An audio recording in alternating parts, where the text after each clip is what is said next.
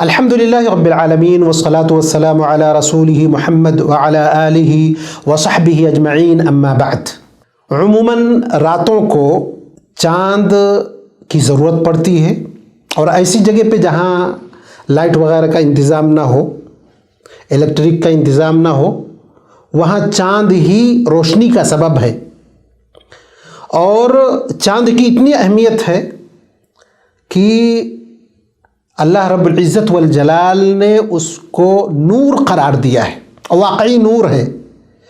چاند کو آپ دیکھ سکتے ہیں، اور بعض صحابہ کرام رضوان اللہ علیہم اجمعین نے نبی اکرم صلی اللہ علیہ وسلم کے چہرے کو چاند سے تشبیہ دی ہے، یعنی چاند گویا کی حسن کا ایک مظہر ہے، خوبصورتی کی ایک علامت ہے۔ تو اسی لیے آپ دیکھیں گے کہ قرآن کریم میں 28 بار تقریباً چاند کا اللہ رب العزت والجلال نے ذکر کیا ہے۔ کہیں پر چاند کی قسم کھائی ہے اللہ رب العزت والجلال نے، اور جس چیز کی قسم اللہ کھائے گویا کہ اس کی بڑی اہمیت ہے۔ جیسے کہ فرمایا کلا والقمر، اسی طرح فرمایا والقمر اذا اتسق، اور جب چاند کی روشنی پوری ہو جائے، اور کہیں فرمایا والقمر اذا تلاہا۔ تو اللہ رب العزت نے مختلف مقامات پر چاند کی قسم کھائی ہے۔ اسی طرح چاند کو اللہ رب العزت والجلال نے اپنی بڑی نشانیوں میں سے قرار دیا ہے۔ وَمِنْ آيَاتِهِ اللَّيْلُ وَالنَّهَارُ وَالشَّمْسُ وَالْقَمَرُ، اللہ کی نشانیوں میں سے رات دن چاند اور سورج ہے۔ اسی طرح ایک اہم بات کہ اللہ رب العزت والجلال کی پیدا کردہ ہے، یہ چیز مخلوق ہے اللہ کی۔ اللہ رب العزت نے فرمایا وَهُوَ الَّذِي خَلَقَ اللَّيْلَ وَالنَّهَارَ وَالشَّمْسَ، اللہ رب العزت والجلال نے بہت ساری چیزوں کو پیدا کیا ہے، رات دن سورج اور چاند کو بھی۔ اسی طرح یہ چاند رب العزت والجلال کے لیے سجدہ کرتا ہے۔ قرآن میں ہے الم تر ان اللہ یسجد له من فی السماوات ومن فی الارض والشمس والقمر، بہت ساری چیزیں سجدہ کرتی ہیں، ان میں سے چاند بھی ہے۔ اسی طرح اللہ رب العزت والجلال نے اس کی افادیت، اس کی روشنی یا عظیم مخلوق ہونے کی وجہ سے بعض اللہ کے بندے اگر غلط فہمی میں مبتلا ہو کر کے اس کی عبادت شروع کر دے تو اللہ نے اس سے منع فرمایا ہے، لا تسجدوا للشمس ولا للقمر، نہ سورج کے لیے سجدہ کرو نہ ہی چاند کے لیے سجدہ کرو۔ اسی طرح اللہ نے اس کو ہمارے فائدے کے لیے بنایا ہے، وَسَخَّرَ لَكُمُ الشَّمْسَ وَالْقَمَرَ، اللہ نے ہمارے لیے چاند اور سورج کو مسخر کیا ہے۔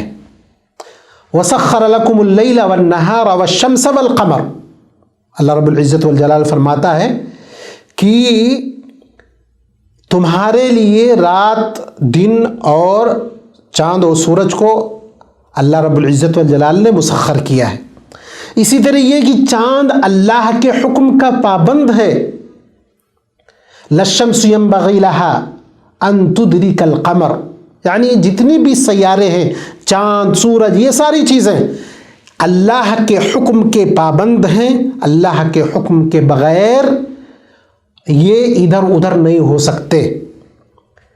اسی طرح اللہ رب العزت والجلال نے اس کے جو یہ فانی مخلوق ہے، اور جو بھی چیز اللہ نے پیدا فرمائے ہیں اس کو ایک نہ ایک دن فنا ہونا ہے۔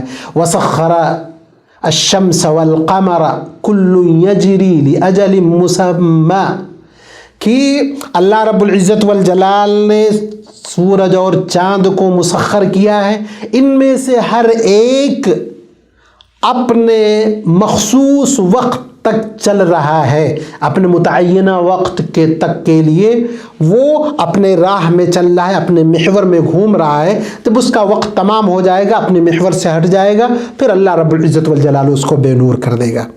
تو یہ تو آخرت کی بات ہوئی۔ آخرت سے پہلے بھی دنیا میں اللہ رب العزت والجلال ایک جھلک دکھائے گا اس کے بے نور ہونے کی، وہ کسوف یعنی گرہن لگا کر کے، چاند کو گرہن لگا کر کے، سورج کو گرہن لگا کر کے، اس کے نور کو کھینچ کر کے، اس کے نور کو ختم کر کے وقتی طور پر اللہ رب العزت والجلال یہ ظاہر کر رہا ہے کہ ایک دن ایسا آئے گا کہ اللہ اس کے نور کو بالکل ختم کر دے گا، فنا کر دے گا۔ یہ چند چیزیں تھیں چاند کے سلسلے میں۔ رب العزت والجلال سے دعا ہے کہ ہمیں اللہ کی آیات، اس کی نشانیوں سے عبرت حاصل کرنے کی توفیق عطا فرمائے۔ آمین۔ وآخر دعوانا الحمد للہ رب العالمین۔